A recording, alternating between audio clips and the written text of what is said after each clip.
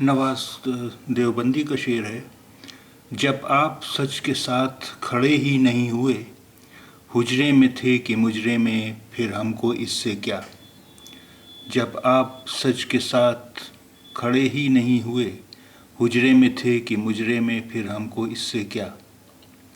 जब आप सच के साथ खड़े ही नहीं हुए, हुजरे में थे कि मुजरे में, फिर हमको इससे क्या। हुजरा यानी एक कमरा, छोटा सा कमरा, कोठरी। विशेषतः वो कमरा या कोठरी जिसमें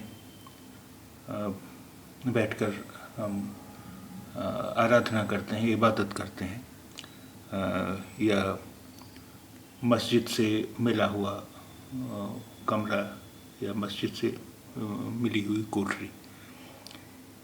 जब आप सच के साथ खड़े ही नहीं हुए, हुजरे में थे कि मुजरे में, फिर हमको इससे क्या। जब आप सच के साथ खड़े ही नहीं हुए, हुजरे में थे कि मुजरे में, फिर हमको इससे क्या।